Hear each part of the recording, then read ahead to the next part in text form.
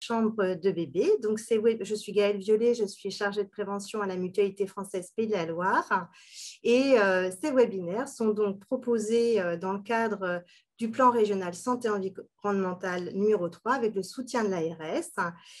Et donc, c'est vrai que quand bébé arrive, eh bien, souvent, on entreprend des travaux de rénovation, on fait l'acquisition de nouveaux meubles, des articles de puériculture, et toutes ces nouvelles acquisitions, tous ces nouveaux travaux sont susceptibles de dégager notamment des composés organiques volatiles. Et donc, l'objectif de ce webinaire, c'est déjà de faire le point sur les sources de pollution et le type de polluants qu'on peut rencontrer dans la chambre de bébé, et puis surtout de partager ensemble des conseils pour limiter cette exposition aux polluants intérieurs. Alors, nous innovons à deux titres, d'une part par l'horaire et d'autre part par le format que nous vous proposons sur ce webinaire, puisque nous avons deux intervenantes que j'ai le grand plaisir d'accueillir. Donc, Karine Pierre, que certains d'entre vous connaissent peut-être et qui est intervenue pour un webinaire sur la qualité de l'air intérieur l'année dernière. Donc, Karine, vous êtes ingénieure à RPI de la Loire. Vous pourrez vous présenter plus en avant. Et Sarah Wébé, qui est sage-femme au CHU de Limoges, coordinatrice d'un projet en maternité éco-responsable. Donc, comment ça va se passer? Donc, Karine va intervenir dans un premier temps pendant environ une demi-heure. Et puis, on prendra quelques questions-réponses, mais plutôt de compréhension pour laisser vraiment l'ensemble des échanges à la suite de l'intervention de Sarah, qui interviendra pendant un quart d'heure, 20 minutes. Vous pourrez poser vos questions dans le question-réponse plutôt que dans le chat. Et moi, je ferai le relais auprès de Karine et Sarah de vos questions. Eh bien, si tout le monde est à peu près connecté, nous sommes une trentaine, donc je pense que la majorité des participants est arrivée. Encore bienvenue Karine, encore bienvenue Sarah. Et Karine, je vous passe la parole. Très bien, merci Gaëlle. Bonjour à tous, donc je suis Karine Pierre et effectivement je suis ingénieure spécialisée dans la qualité de l'air intérieur. J'ai eu une formation au sein d'un master à Angers donc, qui vraiment traite le sujet des risques en santé dans le bâtiment. Et je vais vous présenter aujourd'hui un PowerPoint qui traite de ce qu'il est de la qualité de l'air intérieur, quels sont les enjeux, notamment pour les enfants, et puis quelles sont les sources de polluants à l'intérieur d'une chambre qui prépare l'arrivée d'un bébé. Très bien. Je vais vous partager Sarah, Karine, pardon, juste avant, Sarah, est-ce que vous pouvez vous présenter? Oui, alors bonjour à toutes et tous. Donc, je suis Sarah Wébé, je suis sage-femme coordinatrice au CHU de Limoges, comme l'a dit juste titre Gaëlle. Voilà, je suis en charge aussi du projet de la santé environnementale au sein de mon pôle et plus particulièrement au sein de la maternité dans lequel on a mis pas mal de projets, dont une chambre pédagogique que vous voyez derrière moi du reste, parce que je me suis installée dans cette chambre pour participer à cette présentation. Très bien, merci Sarah. C'est bon Karine, vous pouvez partager. Alors, je vous partage mon écran.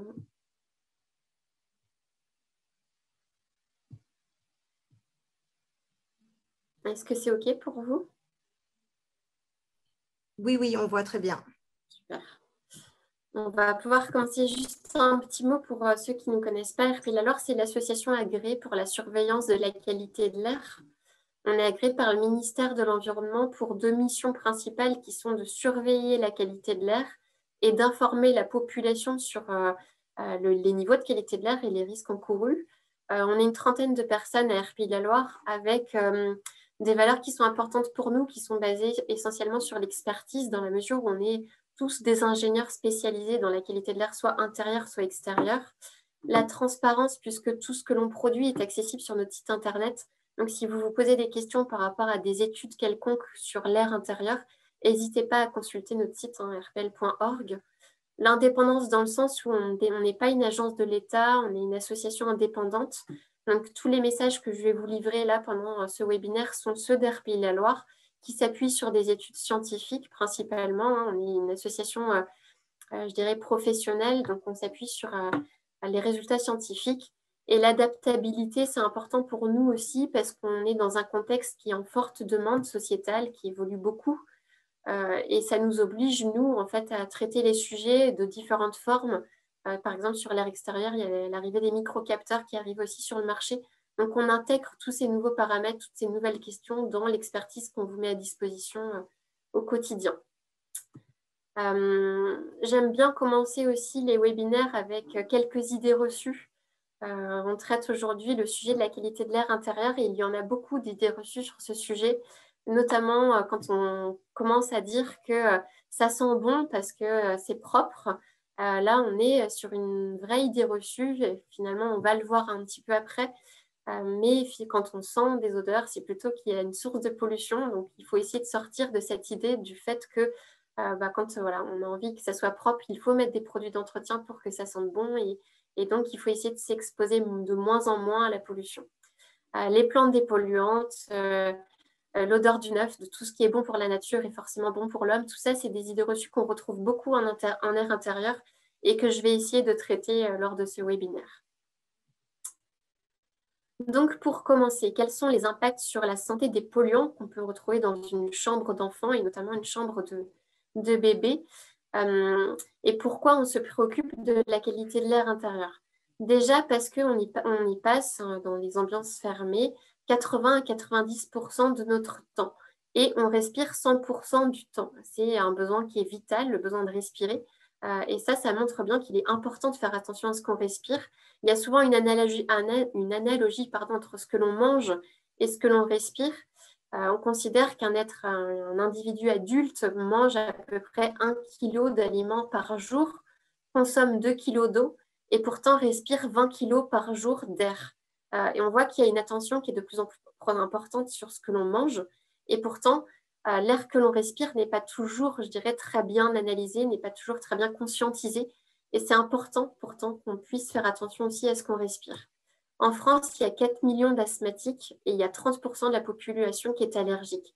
Tout ça, c'est des chiffres qui sont en forte augmentation chaque année et qui permettent aussi de vraiment mettre en évidence que l'air intérieur est plus pollué que l'air extérieur. C'est une vraie nécessité aujourd'hui de faire attention à ce qu'on respire aussi dans des ambiances fermées. En particulier chez les enfants, vous avez ici en fait un tableau qui vous montre que les quantités moyennes d'air inhalé par jour sont plus importantes chez les enfants. Les enfants sont des personnes qui sont sensibles et vulnérables parce que leur système respiratoire est en développement. On considère qu'à partir de 8 ans, les systèmes pulmonaires des enfants va être un peu plus en fait mature, mais jusqu'à 8 ans, il y a un système qui est vraiment en constante évolution. Le métabolisme est plus rapide. Par ailleurs, il y a plus d'inspiration par la bouche, il y a moins de filtration nasale, c'est-à-dire que les cils qu'on va pouvoir avoir au niveau du nez permettent de faire une filtration des polluants que l'on peut respirer. Et ça va être moins présent chez les enfants, ce qui fait qu'on va avoir directement en fait, les polluants qui vont arriver en fait, au niveau du tract respiratoire. Et par ailleurs, on va avoir une respiration plus rapide chez les enfants. Donc, la quantité d'air qui va être inhalée par les enfants va être plus importante que pour des adultes. Donc, ça veut dire qu'on a une absorption des polluants qui va être aussi plus importante. Donc, tout ça, c'est des paramètres qui rentrent en compte et qui font que, effectivement, les enfants sont des personnes sensibles et qu'il c'est important de faire attention à l'air qu'ils vont respirer. Donc, les maladies, je dirais les inconforts et les maladies qu'on peut retrouver vis-à-vis de l'air intérieur sont principalement les questions liées aux maux de tête, aux gènes olfactifs ou aux rhinites, c'est-à-dire le nez qui coule, les yeux qui grattent, des problèmes, je dirais des irritations respiratoires. On va avoir des baisses de la tension. La qualité de l'air intérieur, une mauvaise qualité de l'air intérieur peut aussi développer l'asthme chez l'enfant et les allergies. Quand on va être exposé aux polluants à l'enfance, on risque aussi d'avoir des allergies qui peuvent être prédominantes à l'adolescence et à l'âge adulte. Donc, c'est important d'être vigilant sur l'exposition aux polluants dès la plus jeune enfance.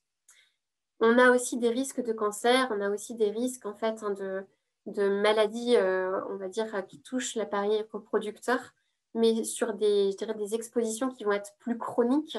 On considère que les questions liées, les maladies liées à l'air intérieur aujourd'hui traitent plus principalement, je dirais, les questions, je vous disais tout à l'heure, de maux de tête, d'irritation des yeux, de la gorge et les maladies pulmonaires. Le cancer, en fait, est plutôt en fait, sur une exposition chronique et à plus forte dose. Et les questions sur la fertilité sont plutôt associées à l'exposition sur ce qu'on appelle les composés organiques semi-volatiles, donc les phtalates et perturbateurs endocriniens, je vais en parler tout à l'heure, mais là aussi sur un temps plus long. Mais ça ne veut pas dire que ça n'existe pas. Il faut aussi en prendre compte et en tenir compte.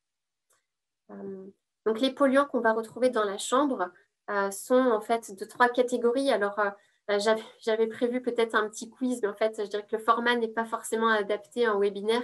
Tout simplement pour faire simple rapidement, il y a 3 catégories de polluants. On retrouve des polluants chimiques, des polluants biologiques et des polluants physiques qui sont en fait responsables de pollution dans les chambres d'enfants.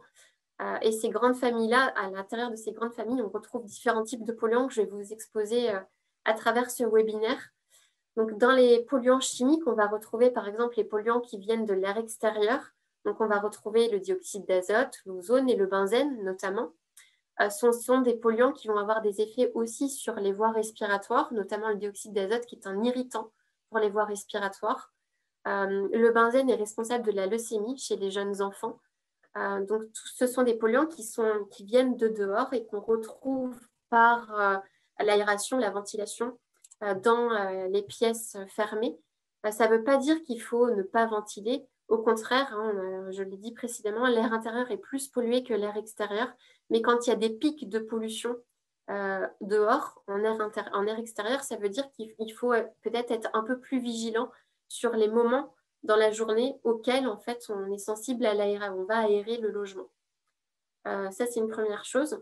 Ensuite, on va retrouver en fait des polluants à travers le chauffage et notamment tous les chauffages d'appoint qui fonctionnent au pétrole, etc. Ça peut être source de monoxyde de carbone. Et on a souvent ces utilisations de chauffage d'appoint dans des logements qui sont en précarité énergétique. Et c'est important de pouvoir le signaler parce que les jeunes parents n'ont pas forcément ça en tête. Ils se disent que c'est bien de mettre le chauffage, même si c'est un chauffage d'appoint, parce qu'il faut que le bébé soit dans une ambiance qui soit confortable. Et pour autant, il faut quand même avoir en tête qu'il y a un risque d'émission de monoxyde de carbone derrière. Et puis après, il y a tous les polluants chimiques qui viennent de l'ameublement, de la décoration de la chambre, de l'application donc, des matériaux donc, au sol, au mur, au plafond, des produits d'hygiène aussi qu'on peut avoir une fois que le bébé est né, et puis de tous les jouets en plastique qui vont être utilisés. Donc, je vais y revenir dans les recommandations, mais toute cette partie-là, c'est source d'émissions en composés organiques volatiles, notamment les terpènes par les produits d'entretien, d'hygiène, les glycols, les aldéhydes par les produits donc plutôt de construction, de décoration, et les composés organiques semi-volatiles par l'utilisation des jouets avec, par exemple, la présence des phtalates. Donc ça, c'est une grande catégorie de polluants. Je vais y revenir dessus sur leur impact sur la santé. Et puis, on a aussi d'autres sources de pollution chimique qui peuvent être apportées par les plantes, qui sont normalement peu présentes dans les chambres d'enfants, mais on peut en retrouver de temps en temps. Et puis, par les traitements pour les animaux. On a dans certains logements, en fait, les chats, les chiens qui peuvent venir dans les chambres des enfants et qui eux-mêmes sont traités pour des traitements antiparasitaires et qui peuvent être du coup source de présence de pesticides en fait à l'intérieur de la chambre des enfants. Donc ça, c'est la grande catégorie des polluants chimiques. Je me permets un petit zoom sur le formaldéhyde qui, lui, est présent dans dans 100% des logements français. Le formaldéhyde, c'est un polluant qui a des effets sanitaires fréquents, responsable d'irritation, de maux de tête, qui exacerbe l'asthme chez les enfants, chez les adultes, et les allergies qui se présentent en fait par, je vous disais tout à l'heure, des rhinites. Donc, le formaldéhyde, c'est un polluant qui est classé cancérogène certain par le CIRC. Le CIRC, c'est l'agence, en fait, le Centre international de recherche sur le cancer. Donc là, le formaldéhyde est classé cancérogène certain. Pour autant, on considère que le cancer qui est associé, c'est le cancer du rhinopharynx. Donc, c'est, je dirais, un peu plus loin dans les voies respiratoires derrière le nez. Et pour autant, il faut une exposition au formaldéhyde qui soit chronique, et je vous disais tout à l'heure, à des concentrations assez importantes. On considère que pour avoir un logement de qualité, il faut que les niveaux en formaldéhyde soient à peu près de 10 microgrammes par mètre cube. On a une moyenne en Pays de la Loire qui aujourd'hui, dans les logements que nous, on mesure, comprise à peu près autour de 30 microgrammes par mètre cube. Et le cancer du rhinopharynx, en fait, c'est plus présent dans les personnes qui travaillent autour du bois, donc les scieurs, les menuisiers, etc., qui sont exposés à des concentrations plus importantes en formaldéhyde, sur des concentrations qu'on peut retrouver de l'ordre de 100 microgrammes par mètre cube, voire 200 microgrammes par mètre cube. Voilà. Donc sur ce polluant, on le retrouve beaucoup autour des panneaux dérivés du bois. En fait, le bois est naturellement émissif en formaldéhyde et toutes les panneaux. Ah, on a perdu la connexion avec Karine. Je pense qu'elle va nous rejoindre. C'est les aléas du direct, comme ça on ne vous ment pas. Peut-être qu'en attendant, Sarah, est-ce que ces questions justement de l'ameublement, ce sont des questions que vous rencontrez par les parents? Est-ce que ils vous posent des questions sur quel type de meuble je dois acheter, à quel moment? Oui, c'est une préoccupation des parents qui arrive assez tôt, enfin en tout cas ce qu'on constate dans les questions assez tôt pendant la grossesse, parce que je crois que dans les représentations, il y a comme on sait tous, hein, cette envie de bien faire, de bien s'équiper pour être un bon parent. Enfin, ça, c'est quelque chose qui est quand même prédominant, hein, surtout chez les premiers bébés. Donc, il y a ce sentiment de devoir faire des recherches approfondies pour comparer, étudier. Donc, c'est vrai que c'est des questions qu'elle pose. Alors, moi, je ramène, et je pense que certaines de mes collègues qui sont derrière l'écran doivent avoir aussi cette posture-là, mais ce qui est important, c'est de bien recentrer quand même les parents sur l'essentiel et ce qui est vraiment nécessaire pour le bébé, parce qu'aujourd'hui, ce qu'on constate, et nous, c'est vrai qu'on les voit souvent un peu tard pendant la grossesse lors de nos ateliers en santé environnementale, c'est que les achats sont déjà faits et on se rend compte qu'en fait, elles nous demandent un avis a posteriori, donc c'est aussi un peu difficile pour nous de revenir sur des choses qui ont déjà été achetées. Mais quand on arrive en tout cas à les avoir un peu plus tôt, on essaye vraiment de leur demander d'attendre de découvrir ce dont le bébé va vraiment avoir besoin et de se recentrer sur les choses essentielles, qui est à savoir un bon lit, un bon matelas, effectivement, bon, de quoi, bien sûr, chez le bébé, donc tout ce qui est en lien avec le change, avec les cosmétiques, cibler les choix. Ensuite, finalement, les jouets, ça vient un peu plus tard, parce que bon, le bébé au début, pas forcément besoin, c'est plutôt faire plaisir, les parents qui se font plaisir que vraiment un réel besoin, mais c'est aussi bien aussi, le plaisir, c'est important. Donc oui, c'est des préoccupations qu'on a.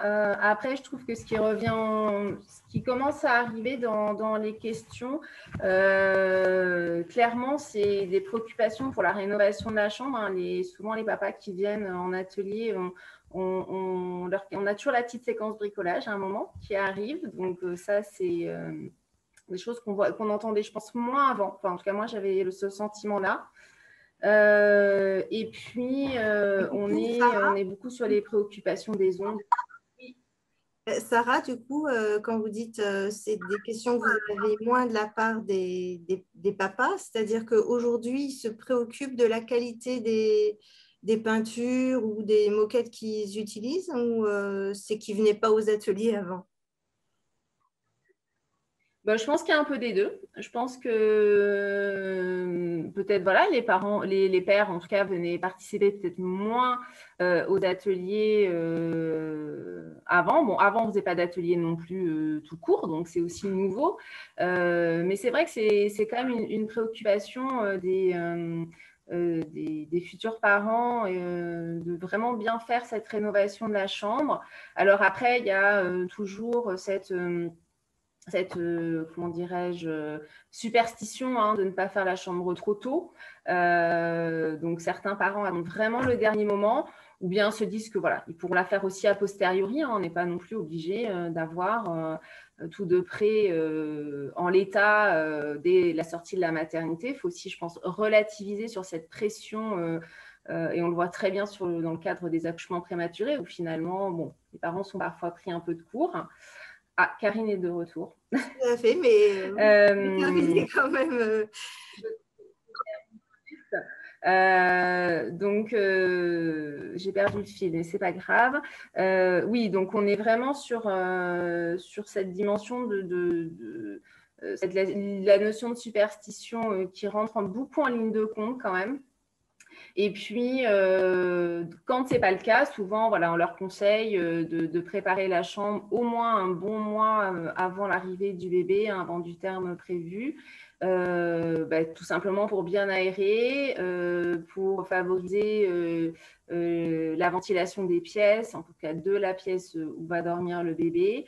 Et puis, on est sur beaucoup aussi l'achat quand on nous parle d'achat de neuf, on dit qu'il faut quand même faire entre guillemets dégazer, hein, c'est un peu le terme un peu vulgaire, mais ce qui porte bien son nom, dans une autre pièce que dans le logement, si on a un garage, si on a un petit appentis à proximité, pour pouvoir vraiment faire dégazer tous ces mobiliers neufs qui, comme le dit à juste titre Karine, relarguent beaucoup de composés organiques volatiles, du formaldéhyde, beaucoup de polluants finalement chimiques qui viennent saturer l'air de la chambre en mauvais composants. Voilà.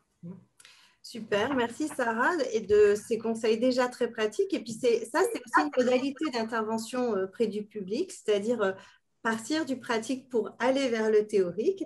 Et du coup, je repasse la parole à Karine pour apporter des éléments complémentaires sur ce volet. Qu'est-ce qui pollue dans la chambre de bébé? Oui, excuse-moi, il y a eu une coupure de réseau. Merci Sarah pour le relais. Donc effectivement, il y a eu des conseils sur l'aménagement de la chambre de l'enfant, aussi peut-être un focus sur l'utilisation des terpènes qu'on retrouve beaucoup dans les produits d'entretien et dans les cosmétiques. Les terpènes sont des substances qui sont émises notamment par les huiles essentielles. On retrouve souvent le limonène, l'épinène, etc. Donc, ce sont toutes ces senteurs en fait qu'on retrouve dans les produits d'entretien, fraîcheur agrumes, fraîcheur pain, etc. Et ces substances en tant que telles sont des composés organiques volatiles qui sont irritants et allergisants. Et tout ça réagit avec l'ozone et forme par ailleurs du formaldéhyde. Et c'est important d'en parler parce qu'on retrouve dans beaucoup de produits qu'on appelle des produits naturels la présence de ces terpènes ou l'usage d'huiles essentielles qu'on veut a priori plutôt peu impactantes sur la santé. Mais il faut quand même savoir que ce sont des substances qui sont irritantes et allergisantes. Donc, qu'on utilise vraiment avec parcimonie et qui est d'ailleurs proscrit en fait lorsqu'on est une femme enceinte ou lorsqu'on est face à un public avec des jeunes enfants et notamment des bébés. Donc ça, c'est quand même un point de vigilance sur vraiment cette particularité de ce groupe de composés chimiques. Un dernier groupe, je vous en ai parlé, c'est ceux des perturbateurs endocriniens, donc ce qu'on appelle les composés organiques semi-volatiles. Eux agissent plutôt au niveau des cancers hormonodépendants, puisqu'ils miment, en fait, ces substances miment l'action naturelle des hormones. Et donc, tout ça génère finalement des perturbations, des dysfonctionnements dans le mécanisme de production, de régulation des hormones. Et ça va générer soit des baisses de fertilité, soit des cancers hormonodépendants. Donc, les phtalates, on en retrouve dans les revêtements de sol souples, par exemple les revêtements de sol en plastique. On va en retrouver aussi beaucoup dans les jouets en plastique, enfin tout ce qui est en plastique. Les phtalates ont plutôt un rôle pour assouplir le plastique. Et c'est pour ça qu'on en retrouve dans tout ce qui est vraiment plastique souple. Voilà. Ensuite, il y a une autre catégorie de polluants donc, qui sont les polluants biologiques. Donc là, on va retrouver notamment les acariens avec les animaux domestiques, les tissus, les tapis, les linges, qui sont des réservoirs finalement d'acariens. Et pour en fait se développer, les acariens ont besoin d'humidité et ont besoin en fait, je dirais, de nourriture, donc de matière organique. Donc ça veut dire que dans la lutte pour essayer qu'il y ait moins de perturbants, donc de polluants biologiques, on va essayer de limiter l'humidité relative de la chambre. Donc on va maintenir une humidité relative qui est comprise entre 40% et 60% d'humidité relative pour éviter que les acariens se développent trop. On a d'autres sources aussi de polluants biologiques qui sont là les moisissures. Les moisissures se développent notamment dans les plantes et dans la terre des plantes et sur les murs qui sont en présence d'humidité. Donc là encore, le fait de maintenir une humidité satisfaisante va être importante et va permettre de limiter le risque de développement des moisissures. Et il y a aussi le fait d'avoir une température qui ne soit pas trop importante. On a toujours un couple, je dirais, entre la température et l'humidité qui est à privilégier. Donc, on considère que la température ne doit pas excéder 19 degrés et l'humidité relative ne doit pas excéder 60% d'humidité relative. Au-delà de ça, on a un risque plus important de développement des moisissures et des acariens. Et puis, la dernière catégorie de polluants, c'est celle des polluants physiques. Donc là, on va retrouver par exemple le radon, qui va être émis principalement, qui va être émis par le sol, mais qui peut transiter dans la maison et dans la chambre de l'enfant par les interfaces sol-bâti.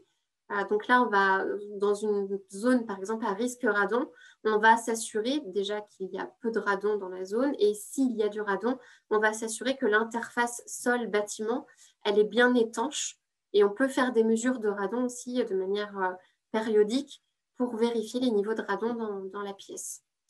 On va aussi regarder en fait la présence de particules fines, donc ce qu'on appelle les particules fines PM10, PM2.5. Et maintenant, on a des particules qu'on regarde qui sont encore plus petites, qui sont les particules ultra fines, qui sont émises par le chauffage, par les matériaux fibreux ou par certaines activités aussi humaines, notamment le tabac ou le nettoyage avec le balai. Donc tout ça va générer la mise en suspension de poussière qui vont ensuite être inhalées. Et l'OMS considère que les particules en suspension ont plus d'impact sur la santé que tout autre polluant. Donc, il y a vraiment, je dirais, besoin aussi d'être vigilant quant à l'émission de toutes ces petites particules fines qu'on considère comme étant de la poussière et peut-être pas trop impactantes, mais qui sont quand même assez dangereuses et qui peuvent abîmer le tractus respiratoire. Donc, après tout ça, qu'en est-il des gestes qu'on peut encourager pour se limiter, en fait, et limiter l'exposition à ces polluants? Il y a 4 grandes catégories de gestes, ceux qui sont liés aux produits d'hygiène, ceux qui sont liés aux produits d'entretien, à l'équipement et notamment à la ventilation, et les gestes qui concernent plutôt le bricolage avec l'ameublement et puis la préparation de la chambre au niveau des peintures, etc. Donc, concernant les produits d'hygiène, ce que je peux vous proposer, ce que je dirais, ce qui est à encourager, ça va être déjà de privilégier les produits éco-labellisés. Donc, il y a des écolabels qui existent sur les produits d'hygiène, notamment l'écolabel européen ou le label EcoCert qui fonctionne plutôt bien et qui se prémunissent de la présence de produits qui peuvent être à impact sur la santé des enfants. On va choisir aussi des produits qui ont le moins de composants possible parce que plus il y a de composants, plus il y a un risque de synergie des molécules entre elles et du coup de libérer d'autres molécules dont on ne connaît pas toujours l'impact sur la santé. Et puis un autre point qu'on peut proposer ici, c'est d'utiliser des produits sans parfum, donc qui vont être normalement composés, moins composés en tout cas d'huile essentielle et du coup de terpènes, dont on a dit tout à l'heure qu'ils étaient irritants et allergisants. Donc ça, c'est des gestes qui sont assez basiques et généralistes, qui s'adressent aussi bien à des enfants qu'à des adultes, mais en tout cas qui vont permettre d'être moins exposés aux produits qui peuvent avoir un impact sur la qualité de l'air intérieur. Au niveau des produits d'entretien, donc, on va privilégier les techniques physiques, donc le nettoyage à la vapeur ou avec la microfibre, qui du coup exonère l'usage de produits chimiques.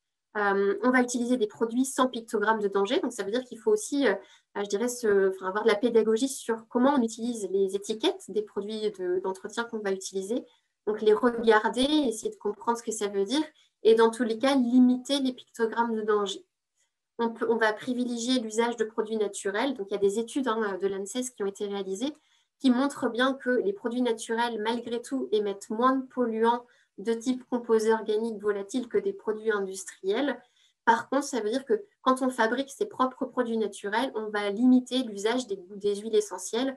Et notamment, on l'a vu qu'on s'adresse à un public sensible qui sont les femmes enceintes et les enfants. On va même plutôt interdire l'usage des huiles essentielles dans les produits naturels. On peut utiliser pour autant des produits écologiques labellisés. Donc là encore, on a le label Écolabel européen qui fonctionne bien. Et puis, de manière générale, on va aussi utiliser des produits multi-usages plutôt que des produits destinés à un seul usage. Donc, on va aussi, de cette manière, s'assurer qu'il n'y ait pas en fait plusieurs catégories de polluants, plusieurs molécules qui peuvent encore une fois s'agglomérer les unes aux autres. On respecte les modes d'emploi et les doses qui sont préconisées par les fabricants.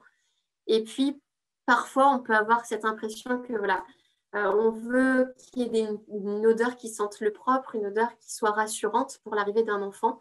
Donc, on va avoir peut-être tendance à utiliser des produits d'intérieur ou de l'encens dans certains cas. Et là encore, tout ça, il faut savoir que ça pollue, en fait, hein, ça apporte des produits chimiques dans les chambres. Donc là encore, on va plutôt éviter l'utilisation, même interdire si on peut, l'utilisation des parfums d'intérieur ou l'utilisation de l'encens. Vous avez une petite vidéo dans cette slide qui vous est préconisée sur une démarche aussi vertueuse vis-à-vis de l'usage des produits d'entretien en milieu hospitalier, notamment dans les maternités. Donc, ça peut être assez intéressant que vous puissiez la consulter après ce webinaire. Quelques petits mots quand même sur les épurateurs d'air intérieur. On en entend de plus en plus parler, notamment dans le contexte Covid, où on a besoin de plus en plus de se rassurer en se disant qu'il faut épurer l'air parce que l'air est pollué, etc. Petite vigilance quand même, parce que toutes ces techniques d'épuration utilisent des technologies qui sont très précises, qui sont soit celles du plasma, de la catalyse, la photocatalyse, l'ozonation. Il y en a de plus en plus sur le marché. Et pour autant, il y a une étude de l'ANSES et une étude qui a été menée là, tout dernièrement en 2021 dans la région Rhône-Alpes qui montre bien que finalement, toutes ces techniques-là ne sont pas si inoffensives que ça. Leur efficacité n'est pas la même d'un produit, enfin d'une technique à l'autre, d'un produit à l'autre. Et par ailleurs, il y a un risque d'émission de polluants secondaires, donc notamment de formaldéhyde, par la technologie qui est utilisée. Donc ça veut dire que la position d'Airpilalor aujourd'hui est plutôt de dire limitons les sources de pollution dans une chambre, aérons, ventilons au maximum, mais par contre, l'usage d'épurateurs d'air intérieur aujourd'hui, ce n'est pas quelque chose qui est préconisé de notre côté, parce qu'il y a un risque supplémentaire et en plus, l'efficacité n'est pas démontrée. Et puis, deuxième vigilance, sur les sprays qui revendiquent aussi une épuration, on entend parler dans certaines publicités de sprays épurateurs. Là aussi, ça utilise en fait le principe des huiles essentielles, hein, donc des composés organiques volatiles qui sont présents, qui sont aussi, en fait, hein, je l'ai dit tout à l'heure, mais qui peuvent avoir des impacts et des effets nocifs sur la santé, qui sont irritants et allergisants. Donc, il faut essayer de sortir, en fait, hein, de ces idées reçues qu'on entend dans la publicité, qu'on peut entendre de part et d'autre, parce que, voilà, je dirais que la principale préconisation que je peux faire aujourd'hui, c'est aujourd'hui d'éviter de faire rentrer des molécules polluantes dans la chambre des enfants. Donc, limiter les sources de pollution. Au-delà de ça, donc, je vous l'ai dit, il faut malgré tout aérer, ventiler. Donc, on considère qu'il faut aérer tous les jours, 2 fois 10 minutes par jour. Et avant l'arrivée d'un enfant, quand on prépare une chambre, il faut aérer la chambre à peu près on va dire tous les jours, mais pendant 1 mois avant l'arrivée d'un enfant. On n'obstrue pas les systèmes de ventilation, même si on considère qu'il peut y avoir de l'air froid qui rentre par les entrées d'air. C'est important que cet air rentre, puisque c'est cet air qui renouvelle l'air de la chambre et qui du coup permet d'extraire les polluants de la chambre. Donc il faut veiller à ce que le système de ventilation fonctionne.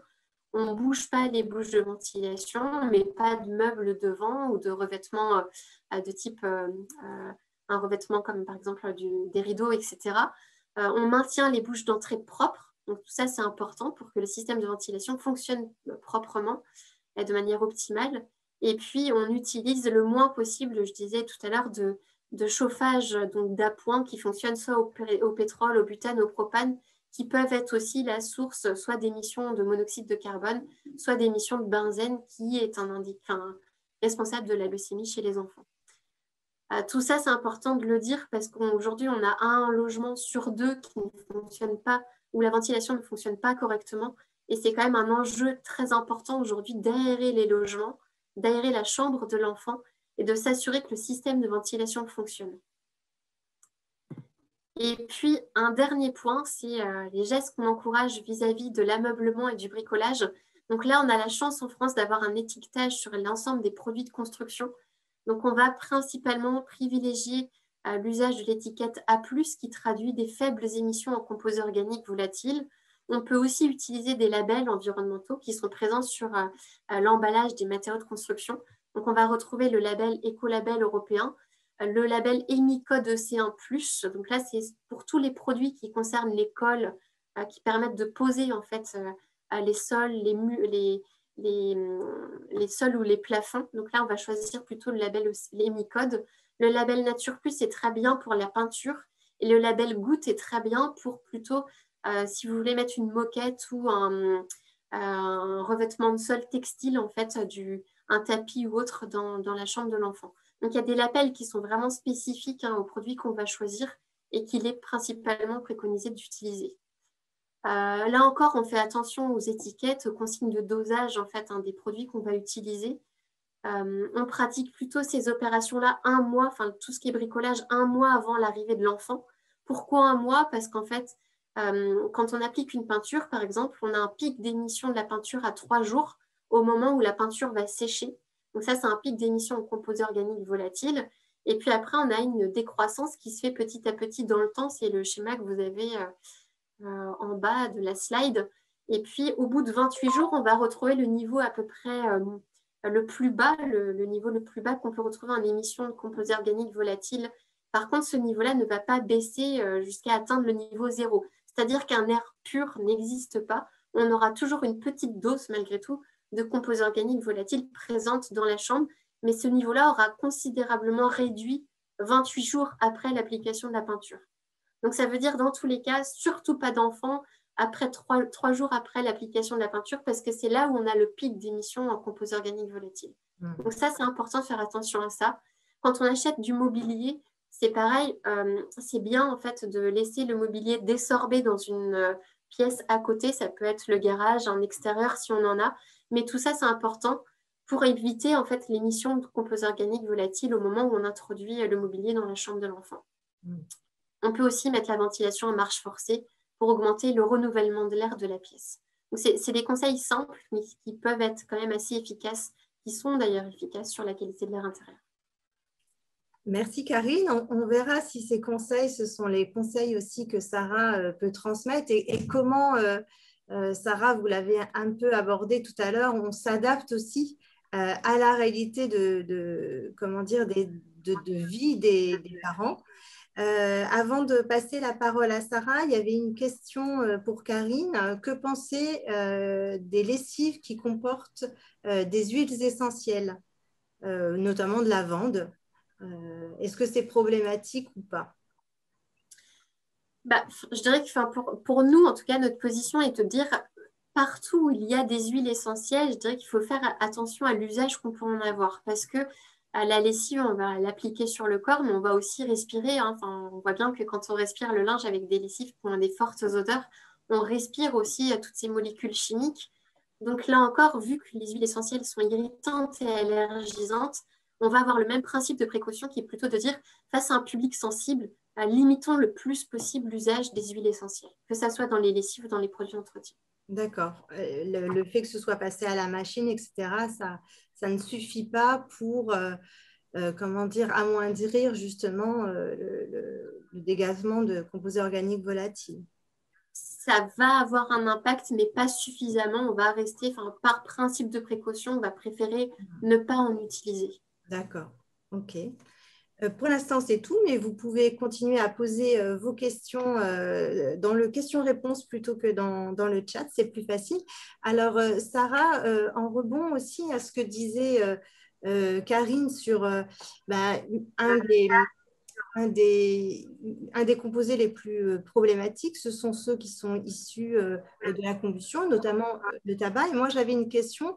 Quel conseil vous faites aux parents qui sont fumeurs aujourd'hui? Ce qui est préconisé, il me semble, c'est le cododo. c'est-à-dire, quand on dit cododo, c'est que l'enfant dorme dans la même chambre que le parent pendant les 6 premiers mois de sa vie. Et du coup, comment on compose, par exemple, avec des parents qui sont fumeurs? Ah oui, vous faites bien de bien repréciser la définition du cododo, parce que c'est vrai qu'il y a souvent un abus de langage, en tout cas dans l'interprétation qu'ont les parents de ce cododo. Ce n'est pas dormir avec le bébé dans le même lit. Effectivement, les dernières recos de l'HAS en février 2020 oriente quand même de faire dormir le bébé dans la chambre des parents de manière exclusive jusqu'à ses 6 premiers mois. Après, chacun fait comme il l'entend, hein, mais en tout cas, c'est les préconisations. Alors, quand on est fumeur, effectivement, on évite, on a des conseils pour favoriser, dans un premier temps, l'aréota pour nos femmes enceintes et nos couples. Parfois, ce n'est pas suffisant et on les conseille bien sûr de fumer à l'extérieur, en dehors de la chambre à coucher, bien évidemment. Après, il y a l'odeur qui reste toujours présente sur nous, mais bon. Après, déjà, quand ils ne fument pas à l'intérieur du logement, c'est déjà une bonne démarche, on les encourage en ça. Et puis, toujours d'aérer. Alors, vous disiez, par exemple, Karine, à juste titre, qu'il fallait aérer 2 fois par jour les pièces. C'est vrai que c'est quelque chose sur lequel on insiste, parce que, comme je disais tout à l'heure, on pense souvent à aérer le matin, parce que l'odeur, après une nuit de sommeil, est présente. Et on ne pense pas du tout à aérer, en fait, le soir avant de se coucher. En fait, c'est hyper important, parce que dans toute la journée d'absence où on sait... où on était au travail ou absente du logement, en fait, toute cette air se resature. Il y a une émanation qui continue de se faire en journée. Et c'est vrai que c'est bien d'aérer une dizaine de minutes avant de se coucher, quelle que soit la saison. Hein, c'est tout à fait favorable et on conseille quand même aux parents d'ouvrir avant et après la sieste du bébé. Donc, c'est vrai qu'on peut être amené à le faire un petit peu plus régulièrement, surtout sur les premiers mois où l'enfant dort beaucoup, mais on sent qu'effectivement, il y a cette sensation d'air un peu plus pur, moins saturé en CO et en autres composés. Très bien. Merci Sarah. Et du coup, dans les questions que vous posent les parents, tout à l'heure, quand vous preniez le relais de Karine, alors déjà, on voit que vous avez les mêmes recommandations, c'est plutôt rassurant, il y a un discours vraiment commun qui s'instaure. Quelles sont les questions qu'amènent les parents? C'est quoi un peu leurs préoccupations? Voilà, bébé va arriver. Qu'est-ce que vous observez aujourd'hui? On est quand même beaucoup sur le couchage, les accessoires en lien avec le couchage. Je trouve que ça monte en puissance sur tout ce qui est tous les matelas à mémoire de forme, type cocon baby, les transats en microbilles, tout ce qui est les cales bébés. Alors ça, le cale bébé, le réducteur de lit. On a quand même beaucoup de questions là-dessus. Et puis, ce qui arrive, en tout cas, je trouve assez récemment, c'est tout ce qui sont les outils que moi, j'appelle faussement rassurants, voire même dangereux. Hein. C'est les matelas qui ont des détecteurs d'apnée, des alarmes. Donc, en plus, sont des objets souvent connectés. Hein. Qui dit objet connecté dit émission d'un champ électromagnétique et on sait parfaitement que ça peut avoir un impact sur du long terme sur la santé de ces tout-petits. Donc, ça, c'est vraiment des choses qui montent en puissance. Le fond de tout ça, c'est comment éviter la mort inattendue du nourrisson. Hein. Ça reste quand même une angoisse des parents. Donc, effectivement, nous, on préfère travailler sur les bons gestes pour favoriser un bon sommeil. Donc, c'est le couchage à plat dos, sans tour de lit, dans un berceau, le berceau à barreaux adapté. Hein. C'est vrai que moi, j'essaye vraiment de mettre en avant. On a souvent envie de récupérer le berceau de la grand-mère, des grands-parents, de leurs propres de membres de la famille, puisque c'est le berceau qui se transmet. C'est vrai qu'on parle beaucoup de l'occasion quand même, puisque l'occasion a tendance à avoir déjà émané, dégazé, on va dire, sur les années antérieures. Donc, c'est souvent des produits qui relarguent moins de polluants chimiques. Mais il y a quand même des normes à respecter sur le lit. Donc, c'est vrai que s'il y a un achat à privilégier, c'est quand même le lit et le matelas, hein. Ça, je suis assez claire là-dessus. Un matelas bien ferme, adapté au lit, pas trop grand, pas trop petit. Et puis, pareil, on insiste sur le lit parapluie parce que les matelas des lits parapluies, c'est vrai que c'est des mamans qui me l'avaient fait remarquer, sont très minces. Elles ont l'impression que le bébé va sentir en fait le fond du lit parapluie et ont tendance à mettre un matelas en plus. Et en fait, l'enfant s'enfonce dans ce matelas, hein. Il n'y a plus ce plan ferme qui permet à ce que l'enfant reste vraiment à plat dos. Et ça, c'est des petites précisions comme ça, mais qui sont vraiment essentielles pour sécuriser le sommeil et en tout cas essayer de les rassurer. Alors après, elles se raccrochent beaucoup au babyphone, hein. Je pense que ça, c'est aussi une question qui revient. Donc voilà, je dis toujours que la meilleure surveillance, ce sont les parents. Après, à l'impossible, nul n'est tenu, les premiers. Donc, on privilégie quand même l'achat de babyphone filaire. Ça existe encore, hein. Il faut chercher, mais ça existe. Et plus forcément connecté. On préconise de placer l'émetteur à 1,50 m de la tête du bébé. Voilà. Et c'est mieux d'avoir des babyphones qui se déclenchent à la voix et pas simplement au moindre petit soupçon. Il y a des babyphones qui sont extrêmement sensibles, ce qui fait qu'en fait, à force d'aller dans les champs parce qu'on va voir si l'enfant dort bien, on a tendance aussi à perturber un peu son rythme et à le réveiller un peu inutilement. Alors, c'est vrai que ce n'est pas simple, hein, de passer outre cette angoisse-là, mais en tout cas, je pense que si on a effectivement une température adaptée, un couchage adapté, une surveillance quand même visuelle à un moment pendant la sieste ou pendant le sommeil de nuit, puis il y a des choses qui sont inhérentes. On peut mettre toutes les précautions en place et malgré tout, des drames se produisent parfois, hein, et je pense que ces matelas connectés ne font que mettre en alerte les parents et entraîner cette angoisse c'est une façon un peu de la mort inattendue. Voilà. Bon, ça, c'est sur thématique quand même qui revient.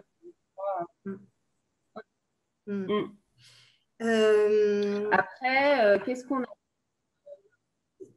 sur les textiles? Oui, pardon, excusez-moi. Justement, sur les textiles, Sarah, dans le choix des textiles, il peut y avoir des matelas traités anti-acariens. Et du coup, Karine disait que justement, ça faisait partie des polluants qu'on trouve en grand nombre dans une chambre. Qu'est-ce que vous préconisez? Bon, on essaye déjà de faire prendre conscience qu'est-ce que ça veut dire anti-acarien ou antibactérien, le anti quelque chose en fait. C'est vrai qu'en atelier, on essaye vraiment de travailler sur le donner du sens plutôt que de recevoir d'emblée l'information. Et quand effectivement on parle d'un anti-acarien ou d'un antibactérien, quand un matelas ou une literie est traitée ainsi, c'est que derrière il y a le mot pesticide, ça doit ressortir tout de suite. Et quand déjà on parle de pesticides, tout de suite, les parents commencent à comprendre effectivement le cheminement qu'il y a avec l'impact des pesticides sur la santé. C'est quelque chose qu'on va inhaler. On va se retrouver en contact direct avec ces matelas. Donc, on préconise des matelas en coton plutôt écolabellisés ou des matières neutres, hein, la laise en coton, en bambou, ça fonctionne, ou du % latex s'il n'y a pas d'allergie connue. Dans le choix du lit aussi, on privilégie quand même les bois avec des peintures écolabellisées, ce qui peut être une alternative.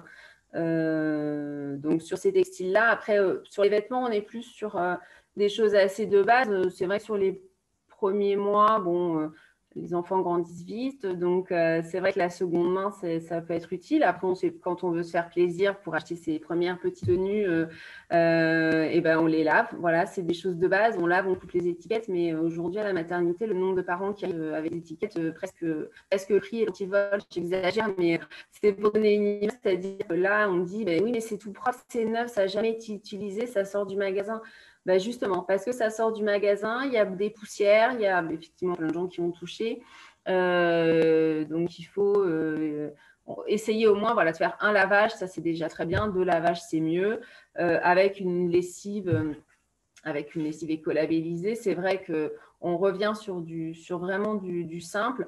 Plus il y a du flocage sur les pyjamas, bah, plus il y a des cols derrière, plus il y a des couleurs foncées, plus il y a des colorants. Vous voyez, on essaye vraiment de faire des associations, en fait, d'amener les parents à raisonner pour que seuls dans un magasin ou seuls face à un choix à faire, finalement, ils soient en mesure d'essayer de faire le moins mauvais choix, et en tout cas celui dans lequel ils vont quand même se faire plaisir. Parce que je pense que dans la santé environnementale, ça peut faire très vite peur. On peut vraiment se dire de devenir perdu dans ses choix. Et je pense que de redonner aussi du plaisir, c'est-à-dire on a le droit effectivement d'être imparfait.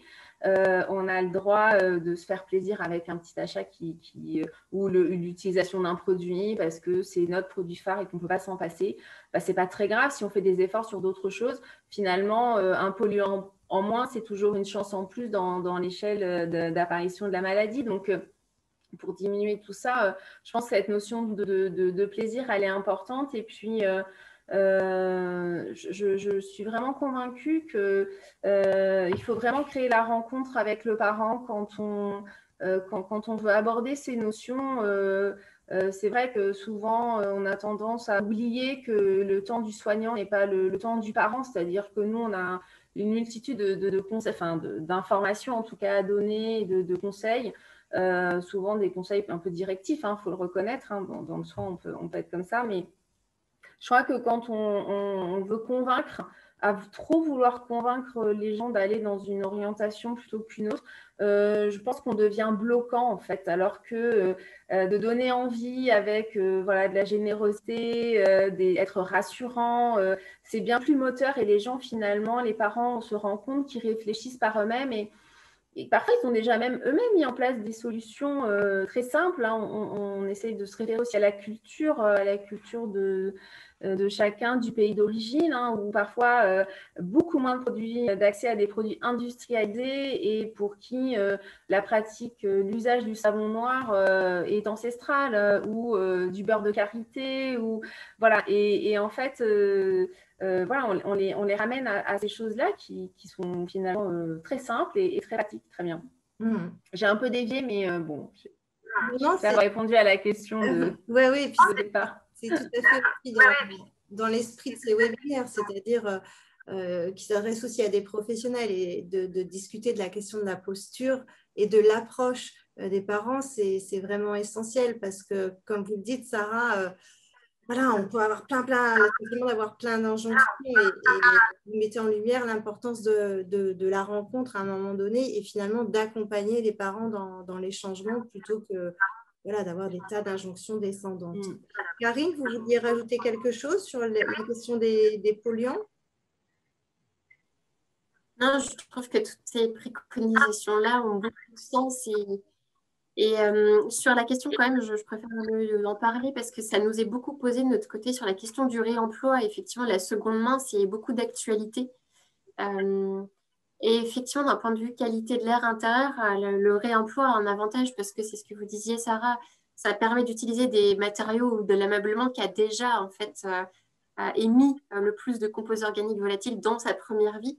Pour autant, il y a quand même une vigilance à apporter sur le fait de réutiliser des matériaux qui auraient par exemple été traités.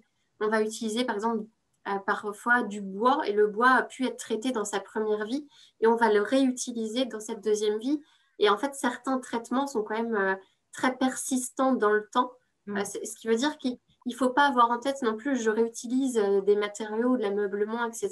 Donc, quelque part, il n'y a pas de risque vis-à-vis de l'air intérieur. Il y a quand même un risque associé il faut essayer d'ouvrir aussi les consciences sur tout ça, quoi. Ok, j'ai des questions qui arrivent Oui, sur… Pardon, Sarah, allez-y. Non, je complète effectivement les propos de Karine sur notamment les jouets, hein. Alors, c'est pas forcément, on n'a pas beaucoup de questions sur les jouets, parce que je vous dis, les parents, les enfants sont trop petits pour être concernés forcément, mais surtout l'occasion pour les jouets, moi je mets une grosse prudence parce que la réglementation évolue énormément, qu'effectivement aujourd'hui elle est de plus en plus protectrice, hein, sur des vieux jouets d'enfance qui relèvent plutôt de la collection pour moi que de l'usage sur des enfants bas âge. Et c'est vrai qu'il faut être très prudent sur les directives réglementaires qui existent au niveau européen, au niveau français, pour ces jouets. Donc, parfois, je leur dis souvent achetez moins de jouets, mais préférez la qualité. Voilà, c'est des petits slogans, mais en tout cas que les gens retiennent. Avec effectivement la marque CE, il faut faire attention parce que la marque CE, c'est finalement une autodéclaration du fabricant qui déclare avoir mis son jouet aux normes en vigueur. Après, ce n'est pas du tout un label. Effectivement, acheter des jouets solides, hein, ou des peluches dans lesquelles les petits yeux ne vont pas s'arracher, on ne va pas perdre les poils. Bien sûr, on lave aussi et on aère avant de donner le jouet à l'enfant. En fait, voilà, il y a quand même un grand fil conducteur pour limiter son exposition finalement aux polluants,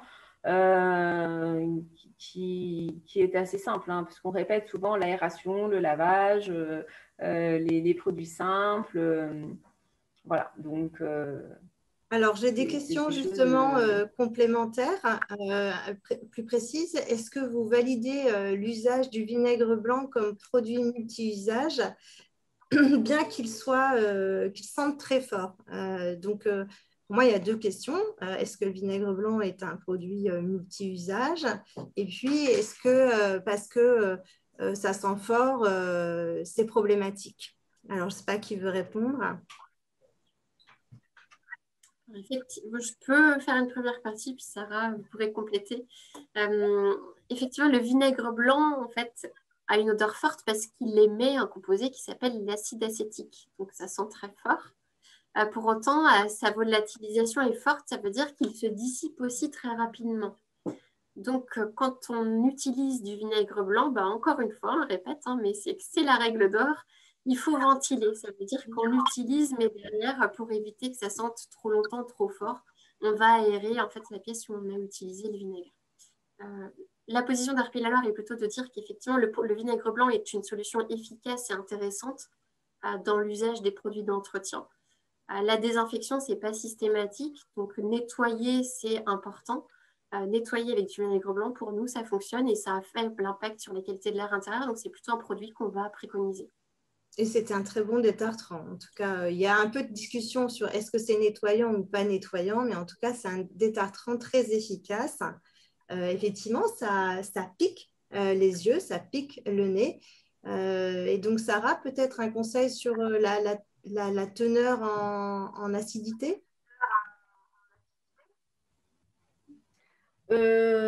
Oula, non, pas vraiment. Karine a dit… non, par contre, si, j'ai quelque chose à rajouter.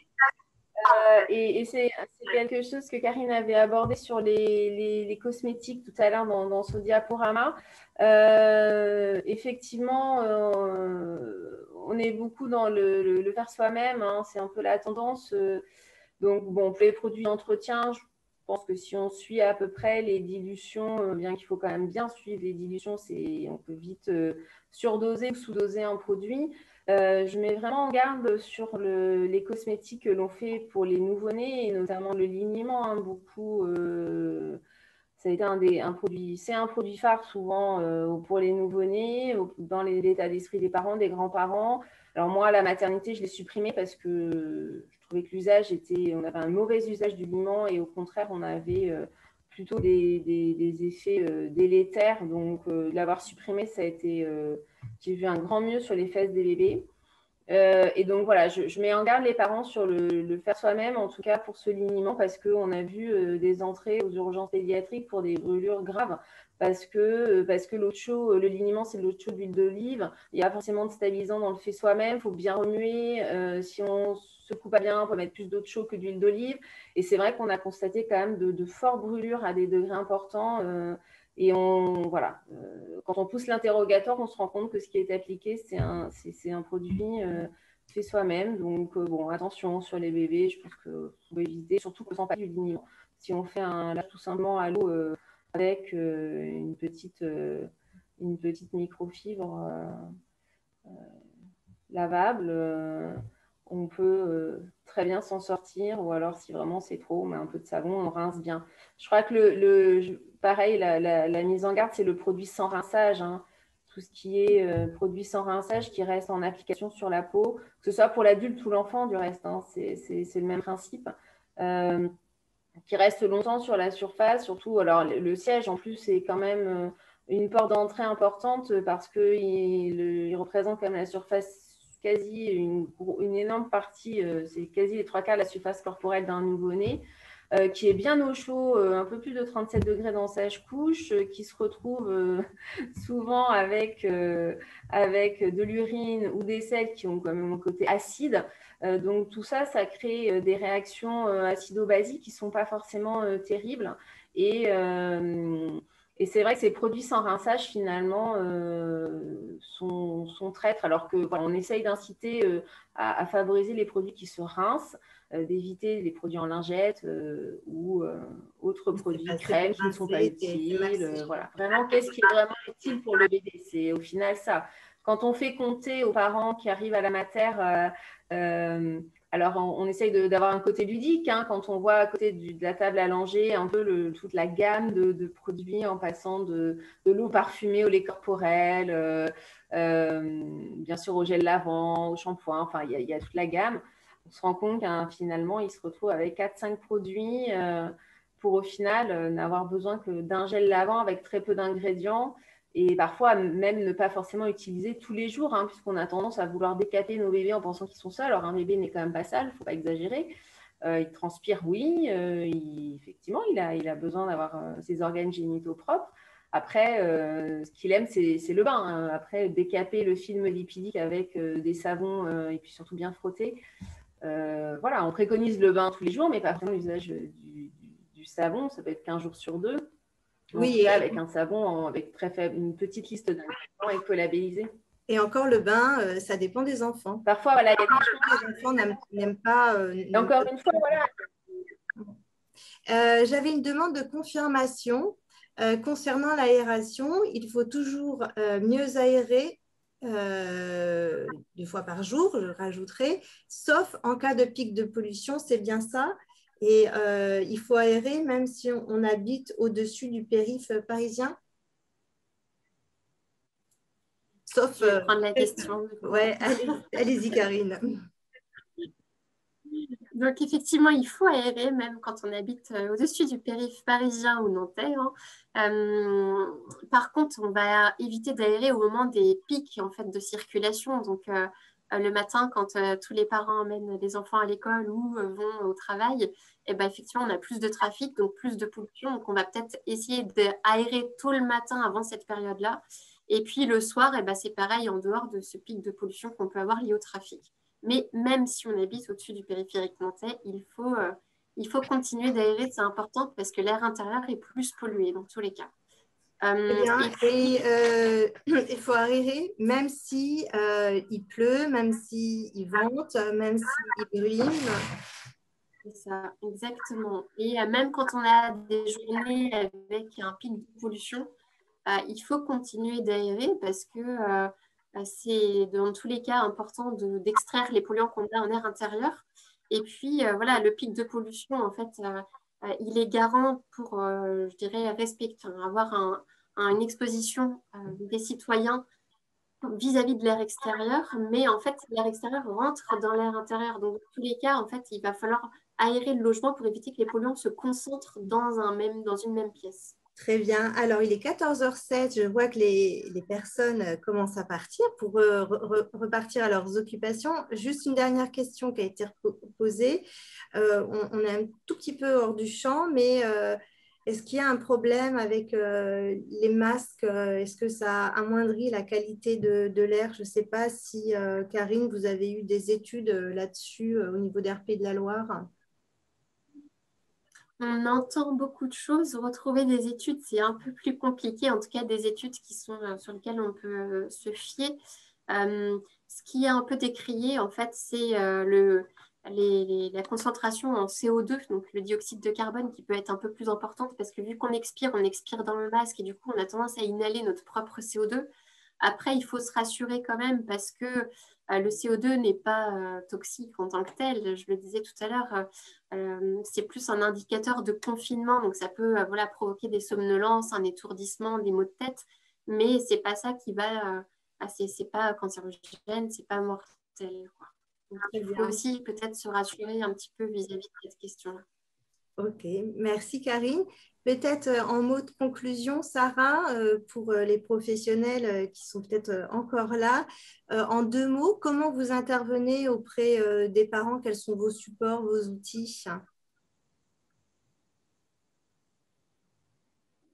Alors, effectivement, on intervient tout au long de la grossesse. L'idée, c'est d'intervenir en périconceptionnel. Hein. Quand on y arrive, c'est très bien.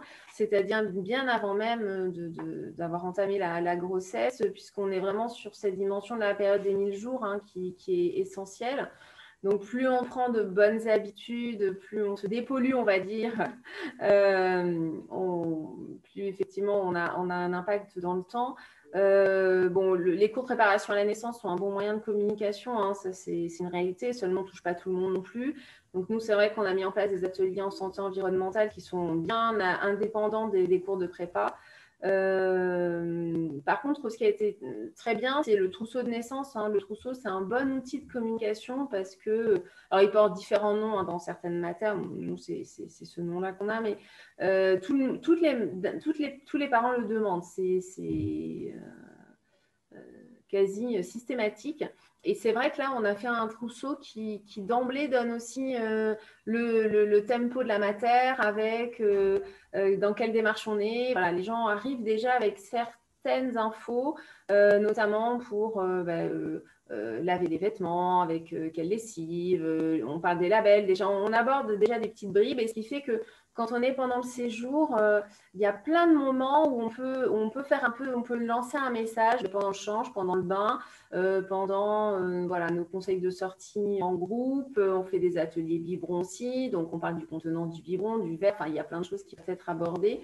Je crois que quand on prend vraiment le temps, en tout cas d'interroger aussi les parents sur leurs préoccupations, sur vraiment c'est quoi leurs besoins du moment. On arrive à glisser 2-3 petits conseils. C'est pas la peine d'en faire des tonnes non plus.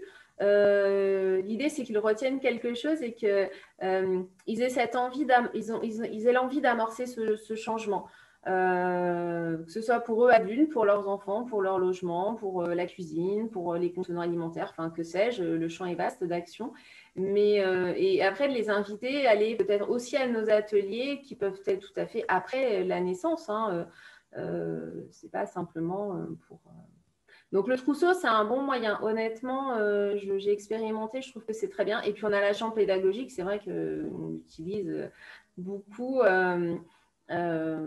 pendant les cours, puis pendant le séjour à la mater, sur les parents qui le souhaitent. Très bien, merci Sarah. Ça va peut-être donner des idées, le trousseau, la chambre pédagogique, les ateliers. Karine, est-ce que vous vouliez dire un mot de conclusion? C'est tout bon pour moi. Je dirais de retenir que voilà, il faut limiter les sources de pollution, donc aller peut-être retourner au basique, et c'est effectivement ce que disait Sarah, utiliser des produits simples, retourner peut-être voilà, à des produits qu'on peut faire soi-même sans en faire trop non plus. Et puis dans tous les cas, aérer, ventiler, je pense que ça fonctionne pour tout, pour des adultes, pour des enfants, dans le cadre d'un réaménagement de chambre, dans le cadre de faire voilà, de juste entretenir la chambre, le nettoyage, etc. Donc, il faut penser, il faut que ça devienne un geste vraiment quotidien et récurrent, quoi. Très bien, merci beaucoup. Alors, il y a un des participants sur l'atelier sur les ondes électromagnétiques qui nous disait prévoir 1h15, on déborde toujours. C'est exact. Donc, les prochains webinaires de la rentrée, on va peut-être les annoncer sur 1h15. En tout cas, merci à vous, Sarah et Karine, d'avoir joué le jeu de ce quart d'heure complémentaire. Merci aux participants. Donc, ce webinaire, comme celui sur les champs électromagnétiques, où j'ai pris du retard, sera disponible sur notre site internet. Vous allez recevoir d'ici quelques jours, peut-être dès demain, un message de Zoom. Et dans ce message, il y a un lien pour évaluer la proposition que nous avons faite. Je vous invite à le remplir.